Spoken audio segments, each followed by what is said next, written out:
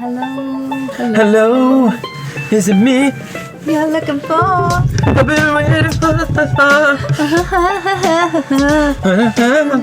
Lonely, or is someone loving you? Stop, because it's 30 seconds. What's 30 seconds? 30 seconds is copyright. After 30 seconds you have to pay royalties. Really? We did 24 seconds. And we also went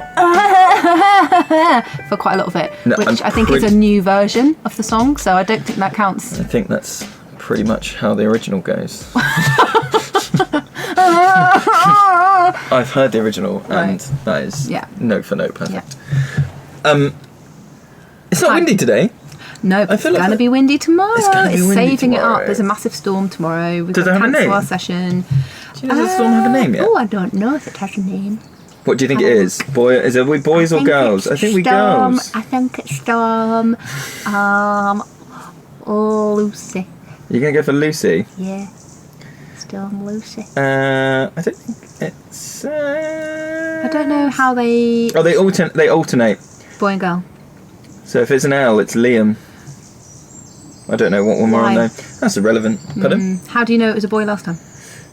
That's the list of names. They pre-decide them at the start of the year. But is that UK or America? Yeah, UK. Because 1 year there was... they obviously put the list out, and then...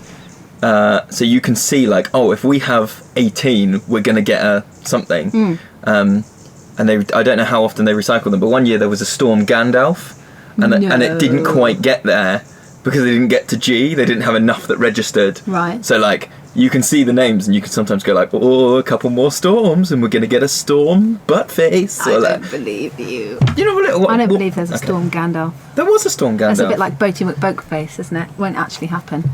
Do you think? I don't think they actually called it Boaty McBoatface in the end, did they? Did they not? The magical boat. I don't know. I don't think they did. Let's spend a podcast talking about things we don't know about. They vetoed it. That's what we usually do. just very, very confidently. I think you'll find that actually it's this. Yeah. When I read about it, I found this. Well, let's put on our confident voices then and talk about Woodland. Actually, do you know what? First of all, we've had a week off. Yeah. You went on holiday. I went to Cornwall, swam in the sea in October. It's amazing. It was great. People not from this country. It's cold normally. It's not that cold because... then October is colder. Yeah, but... No, because the sea's had the summer to warm up, you see. So it starts getting colder now, but the sea temperature and the air temperature were the same. There was 1 degree difference when I swam in the sea. Yes. I can't remember. I think it was like the air temperature was 13 and the sea was 12 when I swam, so... 12 is still not balmy, is it? Very sunny. Very sunny, okay. I did almost nothing with my time off. I sat indoors, and I have... do you know what? I would wonder if a lot of other people have this, where... as some people may know, I'm outside a lot with my job. I'm outdoors quite often. And so, in my downtime... all I want to do is, I'm convinced if I looked at a screen in my downtime, all of the time that I wasn't in the woods, I would still not hit the like national average of screen time. Do you know what I mean? And then, so when I have days off, all I want to do is like binge YouTube and films and play some video games and just screen time it. But there are 2 small children in my house. And so if I do that, they have a full day of screen time, which is... not great for them, and so I get stuck in this like sort of between a rock and a hard place where I'm like, oh well, don't put a screen on, and then like, well that's all I want to do to relax, and then you go, oh, should we take them out to the park? And I go, outside. I've done outside. How do you feel? Have we discussed parks? Like, and by parks I don't mean like a national park. I mean like play parks. A play park with slides and swings. How do you feel about play parks? How do I feel about play parks? Are you ambivalent? Do you love them? I think they're a bit of a mixed bag, aren't they? I blinking hate them. Do you? Yeah, but I don't, for no good reason. Like, I'm not saying they shouldn't exist. They're great. They are great, amazing community resources. Spaces. I love them. Just me personally, when I get there, I just get really angry, and I think it's because I'm really flipping bored. I think I just get really like, it's like, push me on the swing, push me more on the swing. It's okay. Okay, and like there are loads of damning photographs and newspaper reports about like parents on their phone with one hand and pushing their kid with the other. I'm like, I do not blame those parents. It's flipping boring. That is not like interactive play where it can be occasionally if you do the whole like don't kick my butt thing while you're like but then you do that for a bit and they go, no, push me more, just stand there and just be a machine pushing It doesn't foster a lot of independent play. No. But Some do. But slightly, that's what I mean. Depending So on the design. that's why I'd say there's a real mixed bag, because there is. So in the village where I live, there's 3 or 4 play parks, and they are your typical. 3 or 4 in one village? Yeah. Oh, really? Yeah. Wow. It's quite a big village though, and there's 2,000 people live in. But anyway, I would say typical small British village play park. There's a swing. There's maybe some sort of climbing frame gym thing, and there is like a wooden Wendy house somewhere, and then quite a lot of sort of empty green space. You'd be for lucky to football get a wooden Wendy house, I would say. Your average one doesn't Okay. have that, and I think that's part of my problem is that like once you've done the active stuff, they often have like I don't know what the technical term for it is, but the kind of run of obstacles, So you start at one end, Like and you an balance obstacle along course. the rope, and then you balance on the posts, and then once you've done that, you have done it. Like it cannot be anything else, unlike a climbing frame, which can be climb on the top of it or hide underneath it, or do you know what I mean? It can become more than that. I think part of what it is as well is that by their nature, community parks, play parks, can't have loose parts. No, because they would just go. Yeah. So you have to have either a very strong community who all go, no, the spades and the stuff live here and whatever, and there's a sort of community spirit to it. But if you try to put in like, oh right, there's a box of balls in the corner of the field and you can use them or whatever. Yeah. Some have sand, and obviously that is a maintenance thing, and then you get dog poo in it and stuff. But the ones that do have sand are good, I think. Mostly. Yeah. But there's not much scope for like role play and that kind of thing, which is more my bag. But then we're coming at this as people who spend a lot of their time thinking about play, and I know this started as what is our opinion on play. Yeah. But when we have taken over the UK, I'm about to read a good book. Well, I want to read this book, and it's all about taking over a government. No. Damn it. But we can talk about the election if you want. No. Christmas we election. are running under a nature banner. No, we're not. Right. But this book, I've forgotten what it's called, but it's all about, it's architecture meets science meets sociology. It is all about design of spaces according to like the human brain. So isn't that what Opal does? Yes, it is. Okay. And I don't know how old this book is, and I've forgotten what it's called. It's called something like The Shape of Pattern or something like that. Right. I'll get hold of it and talk about the next podcast hopefully. If I can find it on eBay, because at the moment it's like £36 for an old copy. But it's all full of things like if you're making a balcony or a porch, unless it's this deep, it's never used. Do you know what I mean? It's like we have done behavioural studies, and it's all about like designing your space. So it's like public, semi-public, private. So it all gets, that kind of meets thing. all the needs. Yeah. So I really want to read that. Okay, well let's save that one for another time, because today we're going to talk about woodland management, and more specifically getting kids involved in the woodland management. So we are very lucky to have our own site. It's ours permanently, but I think even people who rent a site or are there temporarily, quite often what I understand from people that I've talked to is that their agreement is they get to use it for forest school and they do some of the maintenance. Yeah, and even if you're not under that agreement, part of running forest school is making sure that you're using the site effectively and in an environmentally friendly way. It's part of your connecting to a space, isn't it? Yeah, and it's part of your coursework. If you're qualified and you do your coursework, and you've got to have your woodland management plan in there so that you know that you're being sensitive to the site. You're not just going to burn out a site. Yeah. I was going to say, should we kind of outline what the benefits are of kids being involved in woodland management? Because it is a connection to space thing. Because I think one of the biggest things is when you start putting on your woodland management glasses, let's say, for lack of a better word, you tune into the woodland in a different way. It stops just being like utilitarian, there's a path and something's in my way, and you start to kind of go, oh, there's elder there, and oh, actually that holly's creeping over. Why is it creeping over? Oh, because the sunlight is coming down from that angle, Yes. and doing whatever. Definitely. And so that having that, and You like notice more, don't you? yeah, and like verbalizing that with the kids about like this is, and I think one of the nice things about doing woodland management with kids is that there's a real spectrum of project size. Yep. So if you're talking about something like whittling, no, don't get me wrong, there are some people that can do some very advanced whittling projects, but for the most part, whittling is starting with a pointed stick, and then, you know, how far do you think most children have got with that? So spoons, Yeah. and maybe not much more complicated than spoons before kind of either their interest burns out or something else comes up or whatever.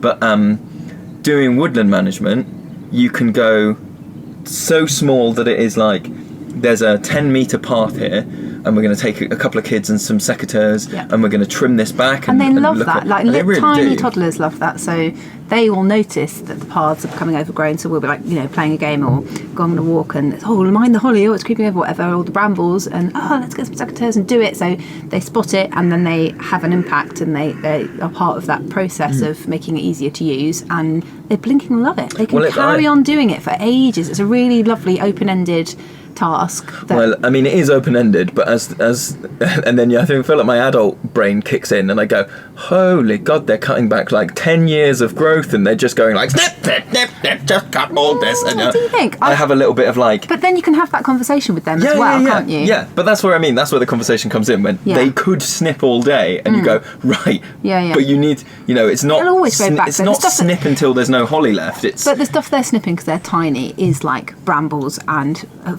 bit of a fern leaf here and there. just too empathetic. I know, man, but I think, you know, a 3-year-old with parasecateurs would find it quite hard to do significant damage to 3 acres. Yeah. What was I going to say? Yeah, I think that fits in. If I were thinking about the Bob Hughes play types, Mastery play. That's Yes. exactly where I was going. It is mastery of space, and also, and I think we as leaders can, like, you can just say, oh, the path's overgrown, let's cut it back, and that's one level of doing it, and there's a level of mastery play that comes out of that. But I think if you've had the conversation beforehand where you're going, do you know this holly is probably older than your granny, and you know you can amp up the how mastery are they. Oh, that's a bad sentence. How mastery are they being? What level of impact they're having? Because if they perceive that holly has grown in 6 weeks because it wasn't there last half term and it is now, that's very different to going like, this tree is hundreds of years old and you are. And I quite often now talk about there's some chestnut down the bottom that we have aged as at least 400, and we think this because it's what is it, 6 or 7 stumps, Yes, and it says been coppiced, so we think that the main stump is considerably older than 400, and so you could just go, oh, we're going to chop this down and we're going to do this stuff, but I have started to just, it's like absent-minded, it's almost like daydreaming out loud, where I'm going, somebody cut this 400 years ago, you know, Queen Elizabeth I was on the throne, and somebody cut this, and how many people will have taken wood from this? You know, we're joining that line of, and how long will this tree go into the future? And think about the people that they cut it with metal axes, and we're now chopping it up with you are connected. You know, how many children have played in this, and that I think fosters this really deep sense of like space, and we talk sometimes about like play that is bigger than me, and we mean it to be like physically bigger than me, but I think there's benefit to like bigger than me culturally and in terms of time, and just going like, oh my God, you know, the world did not exist 5 minutes before I was born. And I think it took, well, just from a personal point of view, working here in the same space for 3 years now, I had to work here for about 18 months or maybe even 2 years before those thoughts even occurred to me. Do you remember when I sent you that message and I was like, I've looked at the history of Gaddon and I found these old maps and I've looked at this, and hang on a minute, like it was when we aged that sweet chestnut, so it was not actually that long ago. No. So we played in that sweet chestnut and built the treehouse with the kids in it for quite a long time before we considered how old it was, and before we actually, like maybe absent-mindedly, but not enough to do anything about it. It was lichen that got us. That was our way in, wasn't it? We looked at the lichen and aged the lichen on it, and then realised, okay, it's got to be older than that lichen, and then look at the size of the stump and all the rest of it. Because it's quite hard to age the trees if they've been coppiced, because you can't measure the trunk, the bole properly. And then we've got bluebell, so that means it's ancient woodland. That's an ancient woodland indicator just in that part as well. So that's another clue to how old it is. And then we started talking to, I started talking to people who come here, the adults, and lots of our parents who come just say, oh, I used to actually play here when I was a teenager, when it was privately owned and it was all one big woodland and there wasn't actually a footpath through, but we all came in here anyway. And then one lady said that her dad also played there and made fires, and so this wood has a really strong history of play and children doing this kind of stuff here for a very long time. And we found things like, I found an old football boot once, do you remember? Which looked really elderly. I think it takes, you know, we talk about the long-term nature of forest school and connection to place, and I think it takes a long time of being somewhere and just noticing what you see right now. Like, you get past that stage, so when you realise, okay, well, there are usually loads of worms in this location, or this is where this grows, and this is that level of learning about the place and connection takes such a long time before you start thinking about, hang on a minute, okay, so now I feel like I know this place now, even though it's constantly changing in its own small way. Now I'm going to begin to think about its history and where it was before and how old it is and all that kind of thing. And I think that's just another reason to kind of have that long-term thing in forest school, that connection to place that goes beyond just this today. The present moment. Yeah, exactly.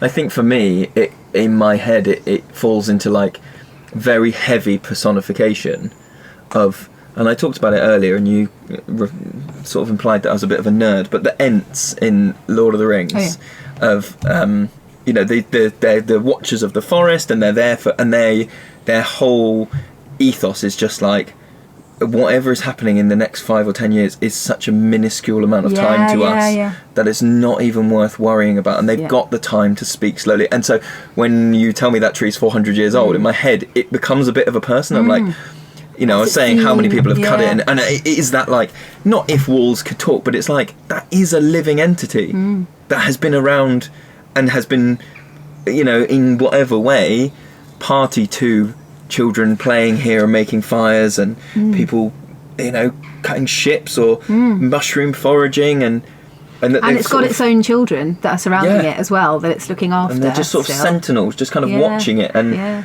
you know, you think, oh, we're doing this, and oh, do you remember what we did 2 years ago? And you think, we're nothing. We are nothing to them. And I feel that way about occasionally you'll find a really, really old stump in the forest, which is massive, and then, you know, some of those stumps are actually still alive underground, still feeding their friends and neighbours through their root system. And the fact, you know, how old is that? Like, that is an enormous stump, and it's clearly been a stump for a very, very long time.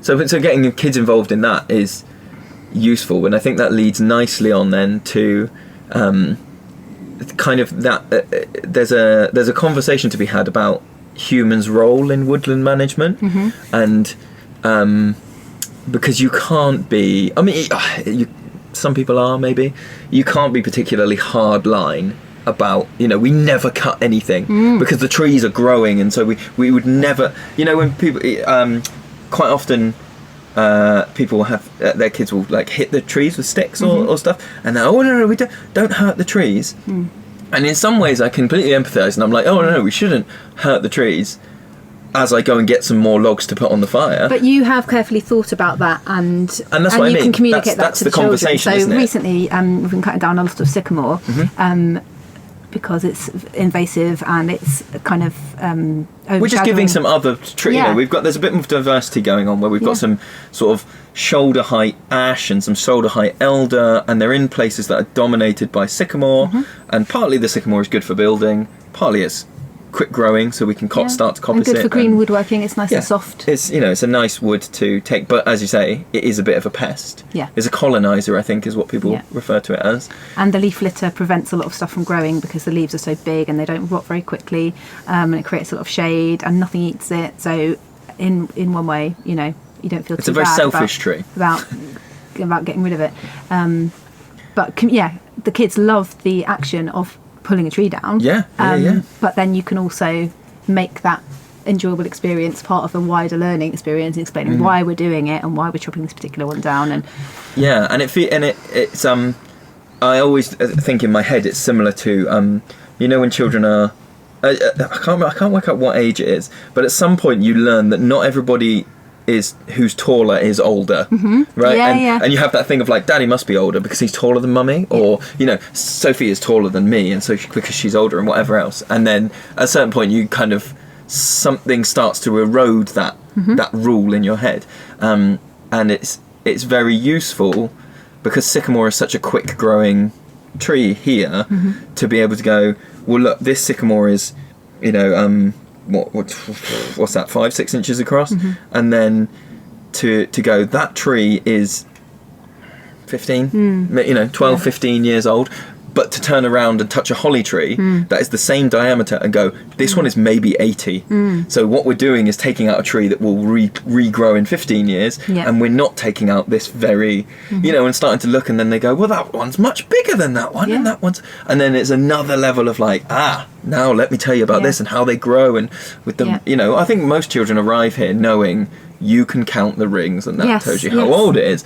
But past that, I don't know that they have much of an intimate connection with trees and the species and how they grow, and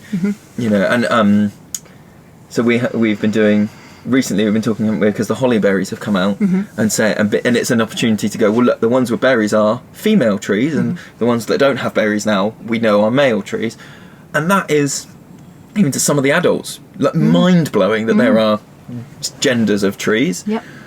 I don't know if you have cis holly trees and holly trees that wish they could have berries. Maybe they do, but that is a relationship that people don't necessarily have, and being able to go, right, let's look into. I'm talking about indigenous and non-indigenous trees, and so we've got a lot of larch on our site, which has kind of come from next door Woodland Bing plantation, and so the long-term plan is to get rid of most of that, right, and replace some it of with... it, but there's birds, aren't there, that live in... But the ideal, if you imagine like long-term plan, so you've got your obviously, short-term woodland management plan, and then the long-term plan being that there'll be less What are our children going to do? That's more broadleaf native species. And so the Woodland Trust offer free packs of trees for schools if you are interested in that kind of thing, and you've got some space, and there you can sign up now for trees to be delivered in March 2020 and get planting. They're very small, they come as very little saplings, so they need protecting, and they'll be a while in maturing. But the kids love getting involved in that. They absolutely love it, and that's part of the same kind of conversation. And I guess it's an interesting, like going back to that kind of almost ethical thing about going, well, we're going to cut this tree down because this is not this tree's better than this tree. This tree, I know, but and explaining why, and that's kind of a weird human value judgment, isn't it? About we're going to get rid of the larch now because... Well, the same is true of a different woodland job, a woodland management job, which is like creating the forest school space as it is. So we've got quite a large open space here, which is predominantly where our toddler groups takes place. But I've cleared a lot of, we cleared a lot of brambles with kids, and we've kind of slowly eroded it back, and then we've now put sort of not barriers, but sort of little low fences, like dead hedging. We've worked harder at protecting the areas, which if we hadn't have done that, it would have just eroded and eroded and eroded. And then you look at photos from a while ago and see where the ferns came up to, and that is all part of the and job, that I would say is something that I don't hear a lot of people talk about. When they talk about reflective practice, they talk about what's happened that day, or possibly what's happened in the last week. And actually, I think there is scope to include a longer cycle where you reflect back on.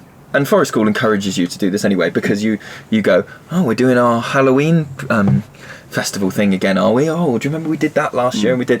But to look at it and go, oh, we have pushed back those ferns a lot more than we meant to. Right, what are we going to put in place to protect that? Or, oh, actually, do you remember last year we didn't have any firewood, and, we need to think very long-term cycle about how we're going to protect this. I was just reading this thing here on my phone. It was saying, so I was listening to there's only about 15. I have seen the number of native British trees. I've seen some books that say 6. There were only 6 that were after the last ice age that were here, and I've seen some that say, oh, there's 50 odd. And this list I've got in front of me has got 20 odd. Britain has no endemic trees. What does that mean? Which means trees that are native here and nowhere else. Oh, right. So you could clear cut Britain, and the world would not lose a single species of tree. Right. Wow. Which is quite interesting, isn't it? As an island, you might think that maybe it's because we haven't been an island for long enough. we've been an island forever and we don't need anybody's help, and you can all... Yeah, but some places don't have the variety of trees that we do. So driving around Australia, it's quite a weird experience because it's just like gum trees, more gum trees, taller types of gum trees, different types of gum trees, very super tall, amazingly tall and ancient. Different species, same family, is that what it is? Don't know, can't remember. I have heard, I think I've told you this, that one of the reasons that Europe has less tree diversity than the Americas is that our suddenly I'm European now, our mountain ranges go east-west, so they are, if you were looking at a map, they are a horizontal line. Yep. Whereas in the Americas, predominantly the mountain ranges are north-south, so a vertical line. Yep.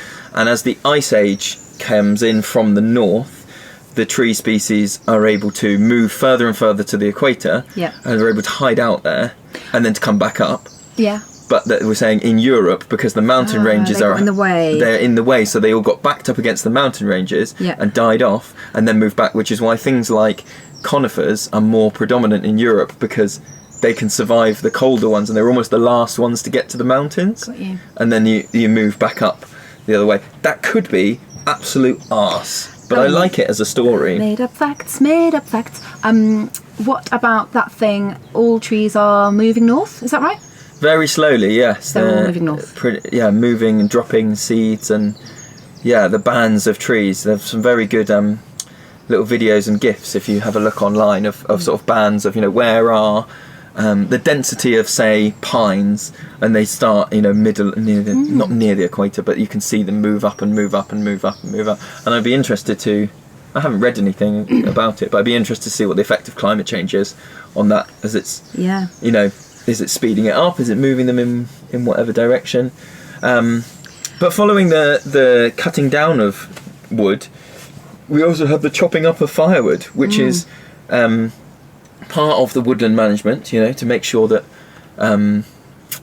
I feel like there's an obligation to either give the wood back to the forest in terms of make that habitats, and you go, look, we're going to take 2/3 of it for firewood, and 1/3 of it we're going to give back to the beasts and the mushrooms Leave and whatever. Leave it there to decay and that's an important part that differentiates us from a plantation where they would just clear cut and take everything. And I think part of that is once you're chopping firewood, there's something about chopping firewood that is it's not a communal process, but it is a communal act. So chopping firewood is quite solitary sometimes. So sometimes we get the kids, one of them holds the axe and the other one hits the back of it with a hammer, in which case you're working as a pair. But for a lot of it, chopping firewood is a solitary, I'm going to chop all of this. But part of, I think, the conversation is always, sometimes it's during it, sometimes it's the end, is us going, thank you so much, that is going to keep us, I can see you've given me an extra 2 hours of warmth, or that's a day of pizza cooking. Thank you so much for giving that back. And that's a lot of if I think about chores in a household, that because they're sort of ongoing maintenance.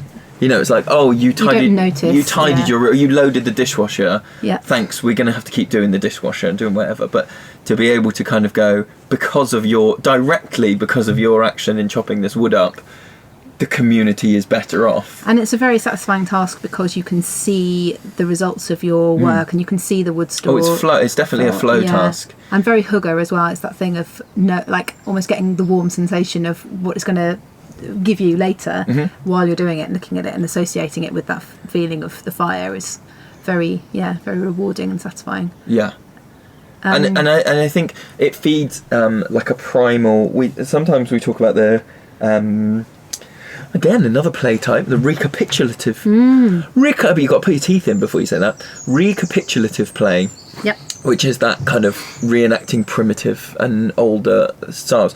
And more and more I'm reading things that are saying that actually fire, one of the reasons that it's so appealing is it is humans' very first, like, fuck you to the dark. To the to the world says it will be dark, and humans go, we have got fire. We will stay awake when we please, and we will cook when we want, and we will not be beholden to anything else. And the the wild animals that want to eat us, this is our protect. And so, I think that taps into something when you're cutting firewood. Is that human? You can see the wood, and you can visualize, and you can talk through with the kids of like the physical benefit it will have. I wonder if that's also why there are so many folktales about fire and how fire was first discovered by humans. Sure. I mean, there are so many variations on that tale of the fire was on the mountain and the animals went to get it, or the rabbit went to get it, or the coyote went to get it, or Prometheus, or Prometheus stole it, or whatever. There's so many variations on that tale. And actually, it's interesting that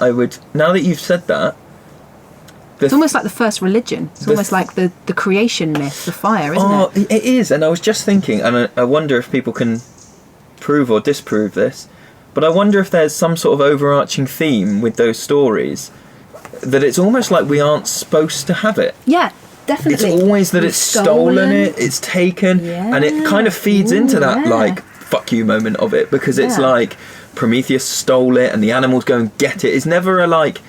It's rarely that it was given, or that we made it somehow. It's always been a like, and we're beating the world because we got this, and we're getting the thing. It's and funny, isn't it? It's it was a secret, or it was guarded, and it was forbidden, and then we triumphed. Yeah, I wonder.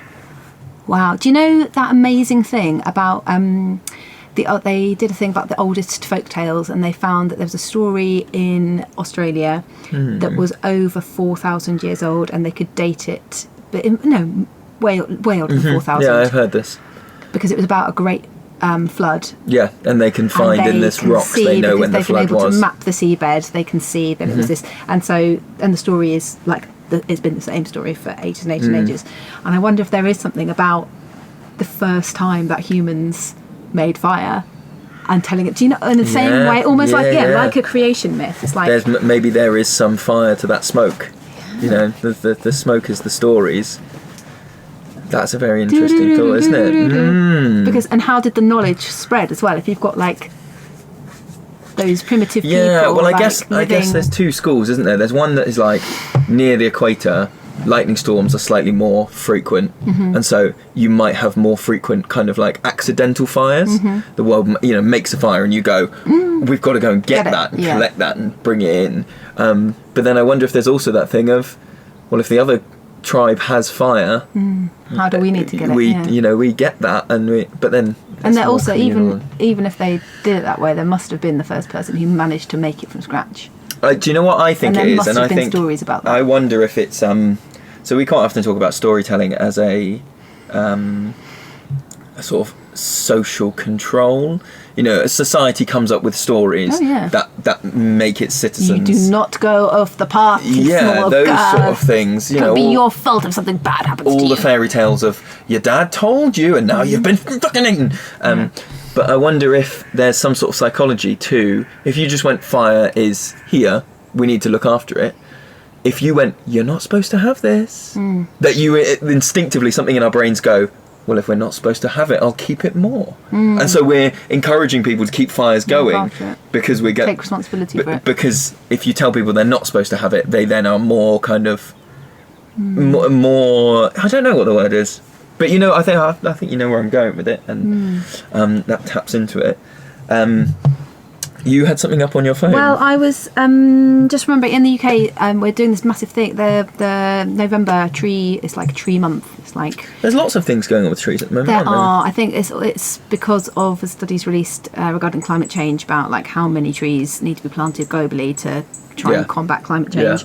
in some way. And did you know that the UK has the second lowest tree cover in Europe? At 13% of the UK is forested, and Finland has 73% forest Because cover. there's 4 people in Finland. I know. I'm sorry. We if you're in were Finland. talking to our Finnish family, We weren't were, we, yeah, about yeah. it, and about Not that. a Finnish family that come to the woods. We're Yeah. not related to anyone in Finland. And yeah, even France and Germany have 29, 32%, and we have 13.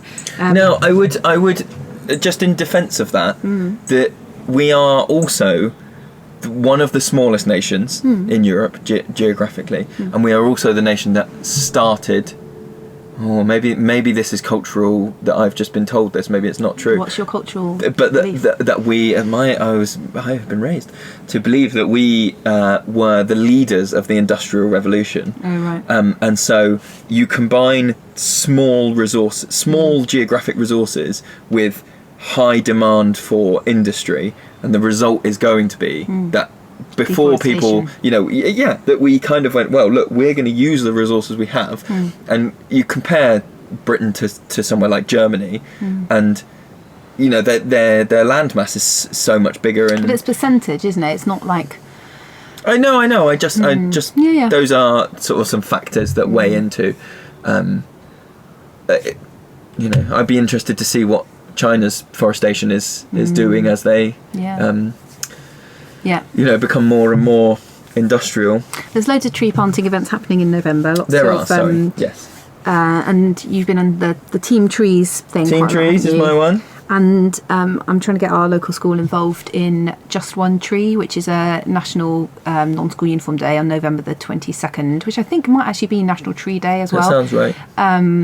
Where it's a mufti day, pay a quid, come in non-school uniform, but that money is donated to not the UK tree planting schemes. It is like places like Kenya where their forests have been decimated, and it is replanting trees in places like that, which looks amazing. So you can have a look. It's called Just One Tree. It's called, and there's like either just a really simple guide to how to do the non-uniform day, or there's way more detailed information about the actual scheme and how it works, which is cool. Plant trees, basically, that's what I'm saying. Yeah, and that's part of, we've been talking about management as a way to get kids connected, and I think part of that, and part of the benefit of it being long term is, particularly if kids are here over winter, they're seeing both the felling and the planting, and they're getting that kind of like, that it's cyclical, and that yes, we are taking some out, but we're putting this back in, and it's I think it's useful for children to not just see us taking, and also not just to see the woodland as a burden, not to see it as like, God, we're always planting trees in school and we've got to do whatever, and actually that it's like, we went to one of the forest school gatherings at the Dorset Coppice group, and they had a really nice, it's beautiful, isn't it? sort of phrase on one of their walls. I don't know if you saw it, and it might even have been their little tagline, but it said, "A woodland that pays is a woodland that stays," and that resonated with me very deeply, in that I was kind of like, oh, okay, I don't think we can just have these sort of pristine, nobody ever go in there, let's let the ecosystem do whatever, because of the world we live in, because we live in a capitalist world, and also for it like needs to... habitat diversity as well, like you touched on earlier. So if we didn't manage this woodland, then it would just all be sickable. That would be that, and you wouldn't have any space for the hazel to grow, which is going to support different species like dormice and so on, and you wouldn't get the wild plants and flowers coming through because of the certain cover. So it's kind of a scales, I guess, isn't it, about like more trees is just good generally, but also habitat variation is very important as well. Kind of working as if we were thinking earlier about the trees being on a very slow cycle, and they're just kind of going, whatever, shrug this off, 50 years, whatever. And I almost feel like sometimes we're the ambassadors, as you say. There's so little forest cover that it's almost like we're the interpreters coming in and going, I know you don't know what's going on in the rest of the country, but there's so little hazel that if we don't put your hazel in here, we've got to keep this going here, and we've got to act as your kind of emissaries to the world of, look, all these trees are, their only interest in our survival, helping their family, and possibly in keeping the woodland going as a community. But they're all going, we need more of my tree, we need more of my tree. And our job is kind of going, a bit like we do with the kids, where the kids just going, but my needs are this. And in the same way as you might manage a group of children, you manage the trees on a slower cycle, and you go, right, well, you can have this area and you can work with this bit, and I'll deal with this bit now, and maybe you can have that bit later. And it's a very similar role, I think. I was just thinking back to what you said about the woodland that stays, the woodland that pays,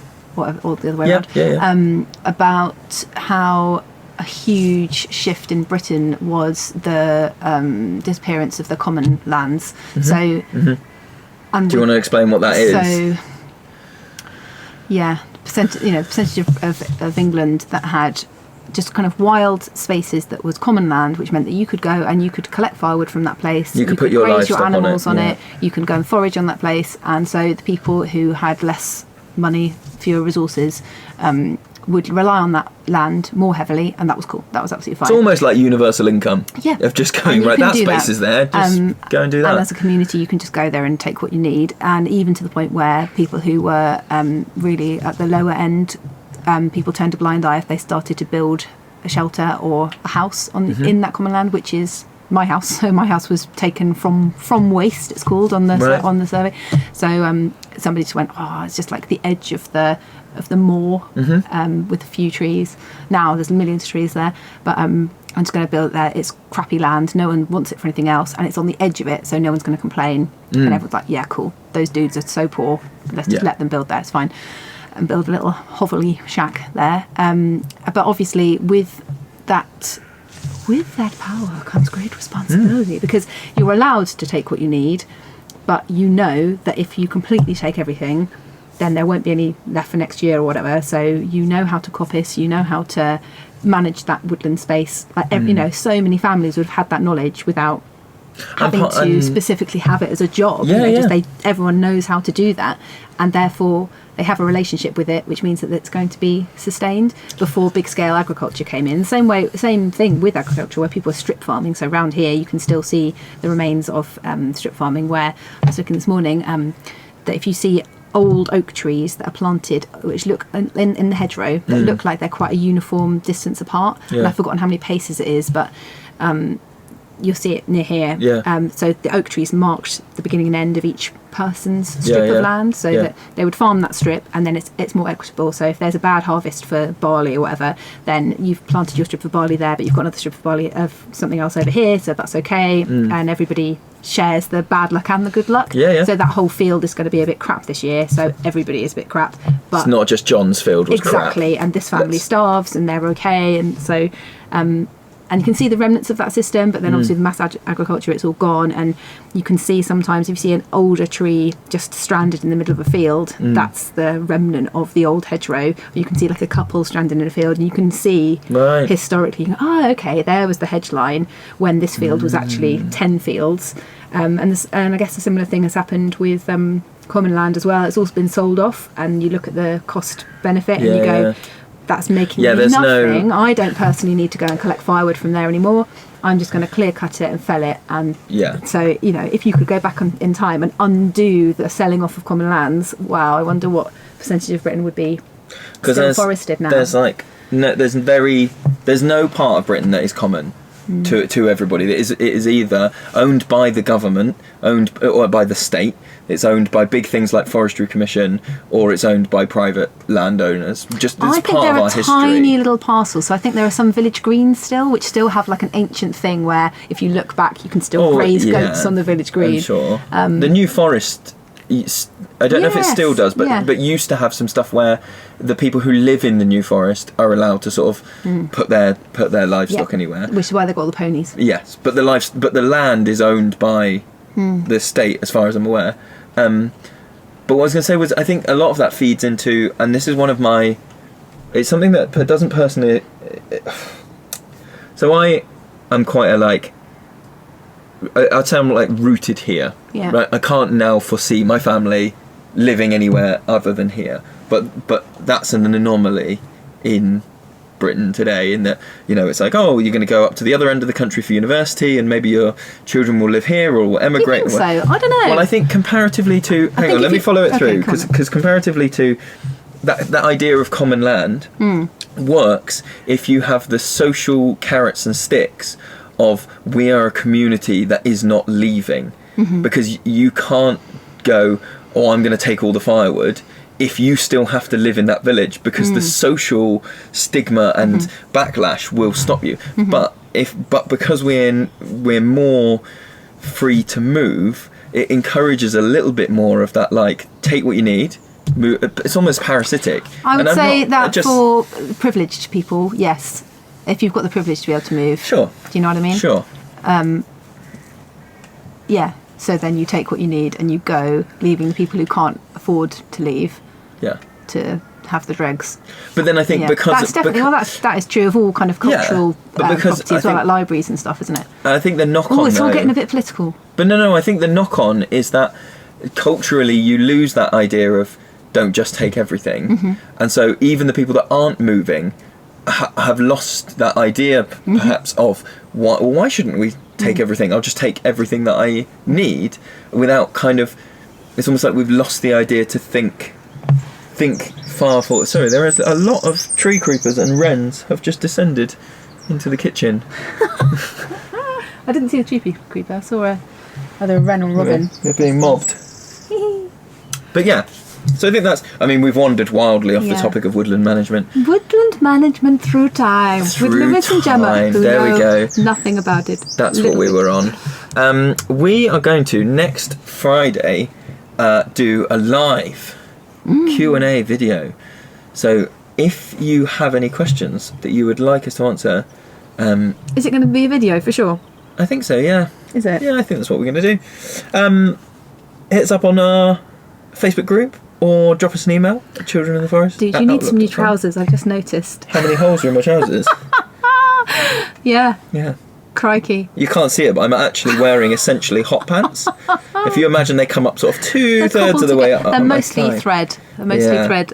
Yeah, but I've worn my nice white with pink hearts underwear, which you can clearly see. I can't see None of this is happening. It's nearly Christmas though, so you can get a pair of trousers for Christmas. Sorry, go on. Oh, right. A pair of trousers for Christmas. You're going to suggest I wear Christmas pants? Oh, right, okay.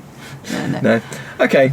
Right, we've clearly lost the plot. Yeah, no, but even if you can't be live next Friday, send us a question. Because we'll record it and we'll add it as a sort of maybe bonus podcast. Yeah, or a question or a topic to chat about. You know, maybe if you're doing your coursework and you're a bit like, I'm doing my level 3 coursework. What is this? Or you're starting out, or you've got a success story. Maybe you've just done your first one, or maybe you've just got some permission to do it, or your school's just said you can go ahead, and you go, I desperately want to know this thing. Then get in touch and we'll see if we can help.